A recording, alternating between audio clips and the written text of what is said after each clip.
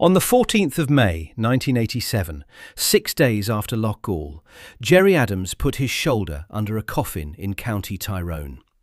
The man inside was Patrick Joseph Kelly, a 32-year-old volunteer of the East Tyrone Brigade Provisional 1RA, shot in the head by a Heckler Koch G3 the previous Friday in the doorway of the Loughgall RUC station. Martin McGuinness was at the next coffin. The cameras at the back of the procession belonged to RTA, the BBC and 4 British intelligence services. The volley over the grave was traditional, the eulogy was political, and the man giving the eulogy, Adams, then Sinn Fein's vice president, was inside an organisation in which at least one of his close colleagues was, by that summer, in regular contact with the British state. That is the funeral. This is what was happening behind it. A small correction the record demands at the outset. By May 1987, Gerry Adams had been the president of Sinn Fein for 3.5 years. He had taken the office at the 1983 Hedge. He held the presidency on the day he carried the coffin in Dungannon. The brief his audience reads sometimes calls him vice president. The man under the coffin was the president, which makes the photograph that survives from that morning matter more, not less. The 8 Provisional IRA volunteers shot dead at Loughgall on the evening of the 8th of May 1987 were buried across the following week in 7 different small cemeteries on both sides of the border. The funerals ran from Monday the 11th to Saturday the 16th of May. They were the largest Republican funerals in Northern Ireland since the hunger strikers of 1981. They were, by the assessment the Irish government recorded in its own files at the time, the second great propaganda event the Republican movement extracted from a security force operation in 5 weeks. The first was the funeral of Lawrence Marley in Ardoyne 3 weeks earlier. Patrick Joseph Kelly was 30 years old when the SAS shot him. The brief says 32. The record, the Wikipedia entry, the European Court of Human Rights judgment, and the family registry agree on 30. He had been the officer commanding of the East Tyrone Brigade since 1985. He was buried at Edendork Cemetery, 2 miles from his home outside Dungannon, in what the Wikipedia entry calls one of the largest funerals in Tyrone during the Troubles. The flag on his coffin was the Irish tricolour. The escort party was made up of masked men. The man with his shoulder under the coffin was the president of Sinn Fein. Begging in Tyrone the day after. By the morning of Saturday the 9th of May 1987, the bodies of the 8 East Tyrone volunteers were lying in the Royal Victoria Hospital morgue in Belfast and the morgue of Craigavon Area Hospital. The bodies were not released to the families immediately. They were held for post-mortem and for ballistic comparison. The Royal Ulster Constabulary held the firearms recovered from the scene through the weekend and ran them through their ballistic registry. By Monday morning, the results were on the desk of the Chief Constable. The rifles recovered at Loughgall were ballistically linked to 40 to 50 earlier killings in Fermanagh, Tyrone and North Armagh, going back several years. That was what the Northern Ireland Secretary Tom King told the Irish Taoiseach Brian Lenihan in a private call later that week. Tom King's exact phrase, as recorded in the declassified Irish state papers released 30 years later, was that the unit had at least 40 to 50 murders to their score. While the rifles were being tested, the families were beginning the wakes. In rural Tyrone, the wake is not yet a hospital event. The wake happens in the front parlour of the house, with the coffin open, and it runs for days. The wake for Patrick Kelly happened in the Kelly family home near Dungannon. The wake for Padraig McKerney happened in the family home near Moy. The wakes for Declan Arthurs and Tony Gormley and Eugene Kelly happened in or near Galbally. The wake for Gerard O'Callaghan happened near Benburb. The wake for Seamus Donnelly happened in the Coal Island area. The wake for Jim Liner happened across the border in Monaghan Town, because Liner was a Monaghan man and a sitting Sinn Fein councillor on Monaghan Urban District Council. 8 wakes, 7 cemeteries, 1 coordinating logic. The coordinating logic was not grief, it was movement. The Republican movement in May 1987 had a senior leadership cadre that had spent 4 years rebuilding itself around the political work, around Sinn Féin's electoral entry, and a military leadership cadre, much of it now in 8 coffins, that had spent that same 4 years arguing the political work was a distraction from the war.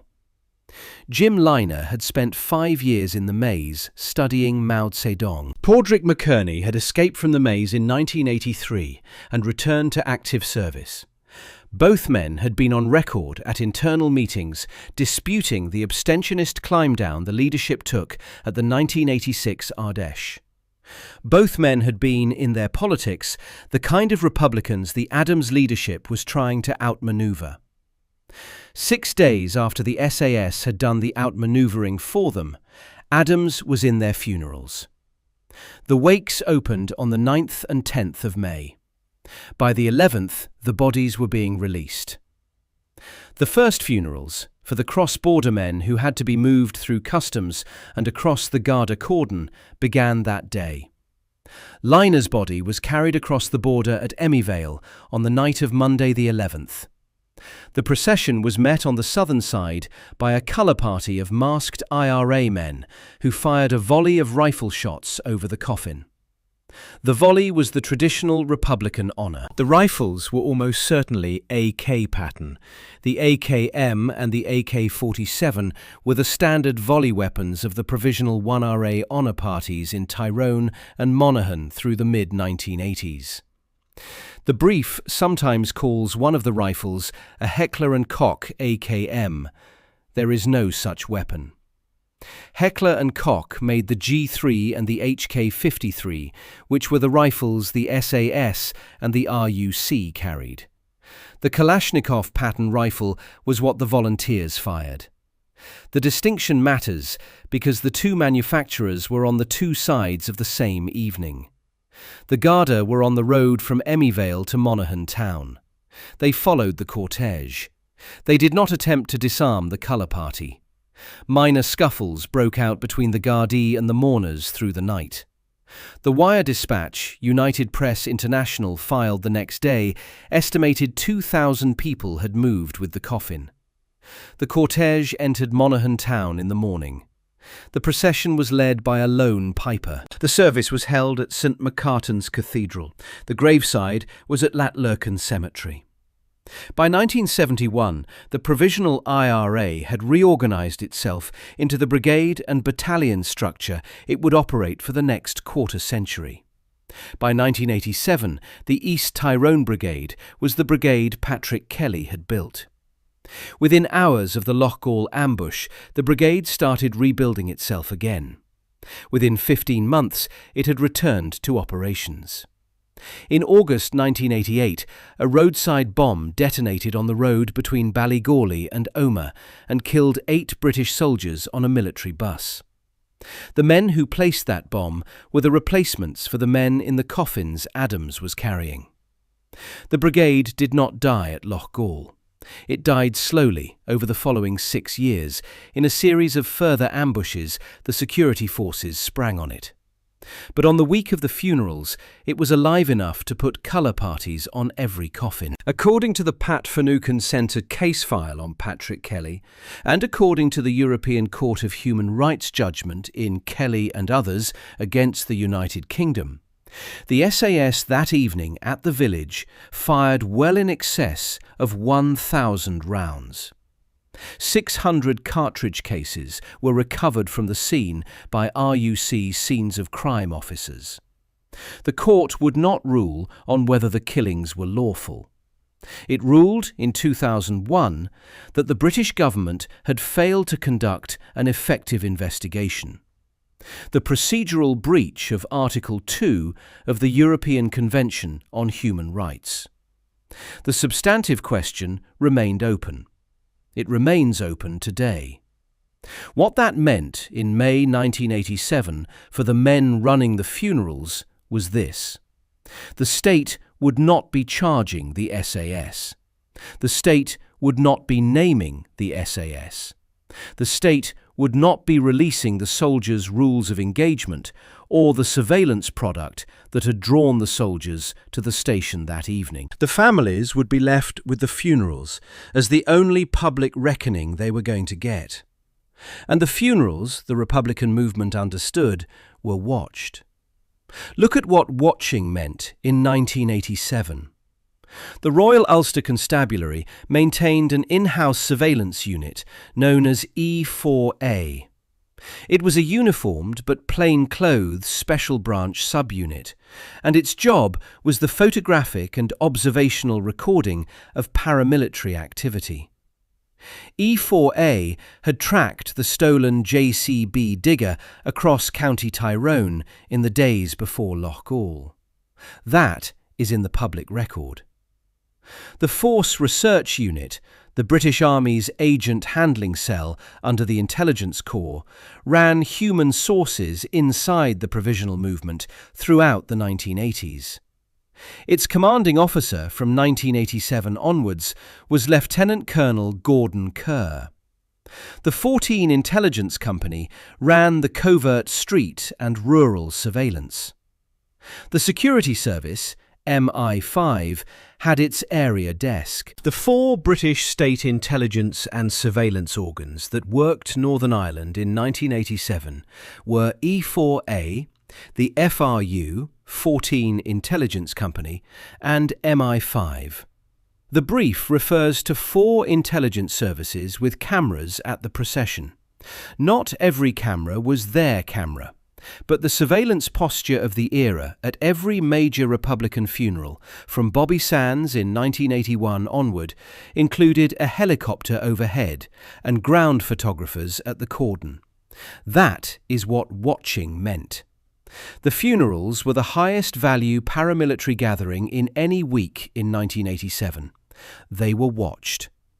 According to the established pattern of the era, corroborated by the Hansard record of the Kevin Brady funeral in March 1988, when a British Army helicopter filmed the proceedings from overhead, the proceedings the SAS soldiers driving past were caught up in, the funerals of paramilitary volunteers were filmed by state cameras as a matter of routine.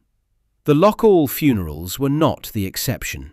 They were the rule. By the 12th of May, the cortege for Jim Liner was approaching Loughgall Cemetery in Monaghan Town. By that same morning, the cortege for Padraig McKerney was moving through Moy. The Adams diary that day had him at McKerney's funeral first. He stood at the graveside in Moy. He then drove south across the border to Monaghan. The burial at Loughgall was held back half an hour to let him arrive. He arrived. He walked to the graveside. He gave the oration. What he said is on the record. The line that survived him from that oration is the line Anne Foblacht printed in its 14th of May 1987 edition, the same edition that ran the headline Loughgall Martyrs across 24 pages of Republican press. The line was this: "The British government," he said, "does not understand the Jim Liners, the Padraig McKerneys, or the Seamus McIlwains. It thinks it can defeat them. It never will." It is worth weighing those words against the men he was burying. McIlwain had been killed by the SAS in April 1986, a year before, in a separate ambush in Fermanagh. Liner was the senior East Tyrone strategist. McKerney was his closest operational ally. These were the 3 figures within the East Tyrone and border PIRA who had argued hardest against the political accommodation Adams was leading. He named them at the graveside. He said the British could not defeat them. The British, of course, had just defeated them. Whether he meant the British would not defeat the cause, or whether he meant the British would not defeat the line within the cause Liner and McGuinness represented, is the question the oration leaves open. The line itself does not resolve it. Behind him at the cemetery, according to the contemporary press footage held by RTA Archives, were several thousand mourners, a colour party of masked volunteers, a Garda cordon at 50 yards, and, at the back of the procession, the lenses of the press and the lenses of the state. The same lenses had been on the cortège for Padraig McGuinness in Moy a few hours earlier. The same lenses would be on the cortège for Patrick Kelly in Dungannon. The same lenses had been on Adams. Patrick Kelly was buried at Edendork on the same week. The Royal Ulster Constabulary maintained a cordon.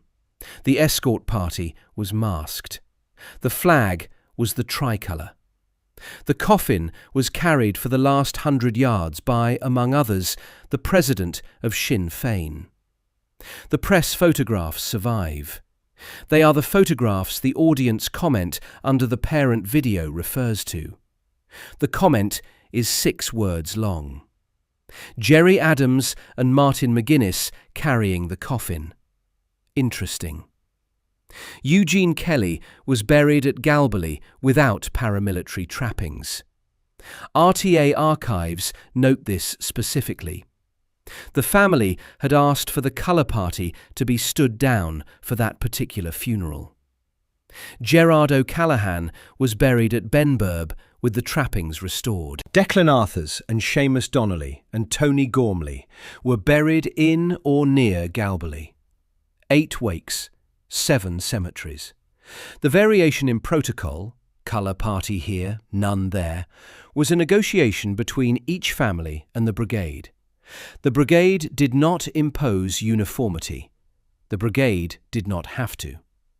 The political work was being done at the principal graveside, the Liner graveside, and the principal graveside was Adams. The eulogies the Catholic clergy delivered alongside the political orations were less public.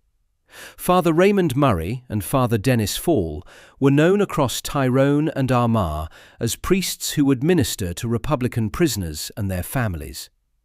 Father Fall, in particular, had taught Padraig McGuinness at St Patrick's Academy in Dungannon. He stood at McGuinness's funeral. 3 months later, in August 1987, in a quiet meeting with an Irish Department of Foreign Affairs official, Father Fall would say something the state papers recorded. He said the rumour doing the rounds in Tyrone was that the IRA team had been set up by Gerry Adams himself. He said the rumour held that Liner and McGuinness had threatened to execute Adams shortly before Loughgall over political differences and over their drift toward Republican Sinn Fein. Father Fall called the rumour intriguing. He did not call it confirmed. The rumour entered the public record 3 decades later, when the Irish state papers for 1987 were released to the National Archives in Dublin in December 2017.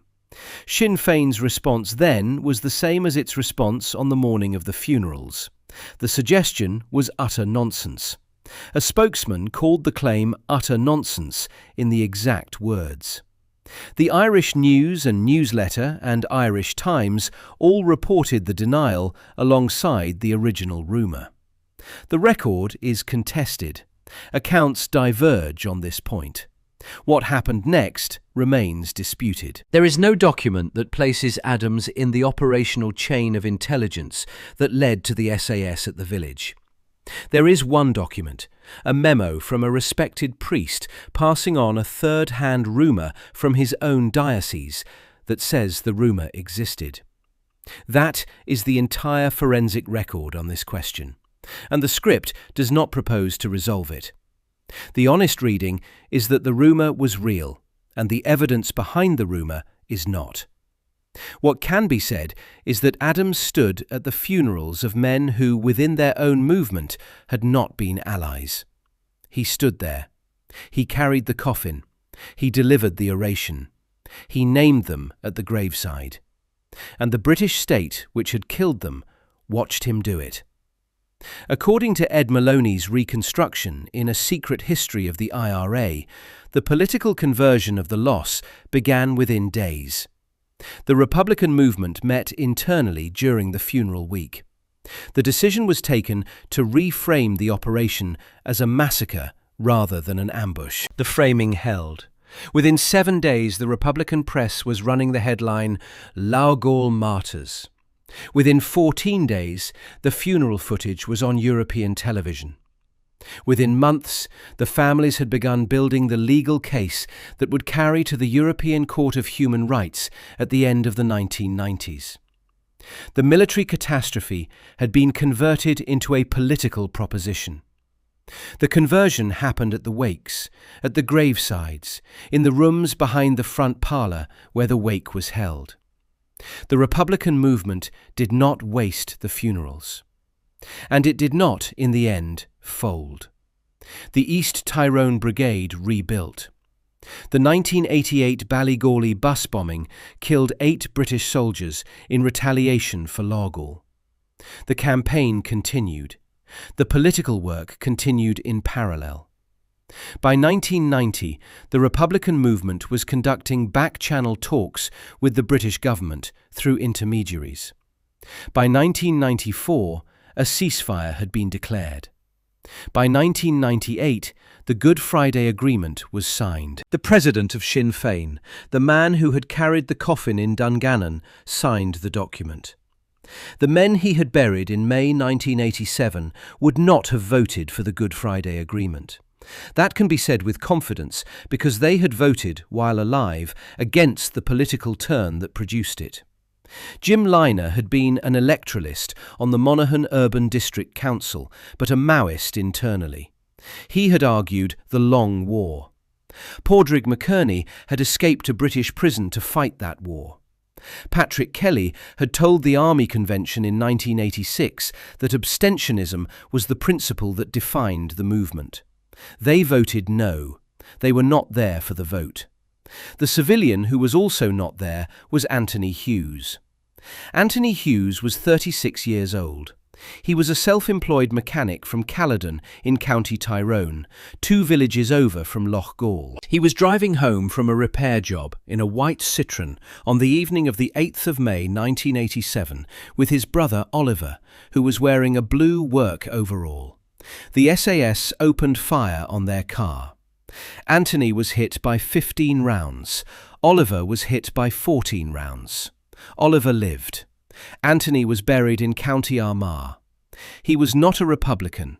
He was not connected to the operation. He had driven into the ambush zone. The Ministry of Defence apologised to the Hughes family in 2012. The family rejected the apology because it implied partial blame. The ministry apologised again in March 2014. The second letter said, on behalf of the government, that Anthony's death and Oliver's injuries were undeserved and that the brothers had done nothing wrong. The family accepted the second letter. They did not consider it a substitute for the inquest the European Court had ordered the British government to hold. The inquest is still being negotiated as of the most recent court filings. The European Court ruling of the 4th of May 2001 in Kelly and others against the United Kingdom is the document that anchors the legal record on Loughgall. The court found the United Kingdom had failed to provide the families with an effective investigation capable of identifying and punishing the responsible. The court did not rule the killings unlawful. It ruled the silence around them was. The British state has spent the 25 years since complying intermittently with the procedural obligation. The fresh inquest ordered in 2015 has not yet, as of the most recent court filings, produced a verdict. The audience comment under the parent video is 6 words. Gerry Adams and Martin McGuinness carrying the coffin. Interesting. The 146 likes on the comment are not the only signal. 230 likes accrue across the cluster of comments below it that ask variants of the same question. The audience reading the parent video is asking, with restraint, for the political theatre to be unpacked. Not the operation, the procession behind the operation. According to the established pattern of the era, corroborated by the declassified Irish state papers, by the Pat Finucane Centre case files, by the European Court judgment, by Ed Maloney's reconstruction, and by the contemporaneous RTA and BBC archive, the procession behind the operation looked like this. Adams under the Kelly coffin in Dungannon. McGuinness at McKerney in Moy. The masked colour parties in Galbally and Benburb, the lone piper into Loughgall, the Garda cordon at the border, the state cameras overhead, the volley over each grave, the political oration at the graveside, the headline "Loughgall Martyrs" in the Republican press by the end of the week. The Father Fall rumour passed to Dublin 3 months later and held in a Department of Foreign Affairs file for 30 years. The widow of Anthony Hughes, waiting for an answer the British state has not yet given. 6 days after Loughgall, Gerry Adams put his shoulder under the coffin of Patrick Joseph Kelly in front of every camera in Western Europe. He did so deliberately. 3 years later, he was sitting across from the British government in private. 12 years later, he was an architect of the Good Friday Agreement. The men he was burying that afternoon would not have voted for any of it. There is a comment, 146 likes, under the Loughgall ambush video. It says, and this is the entirety of the comment, Gerry Adams and Martin McGuinness carrying the coffin. Interesting. The interesting part is what was happening in the funeral procession behind them. This video has tried to describe it.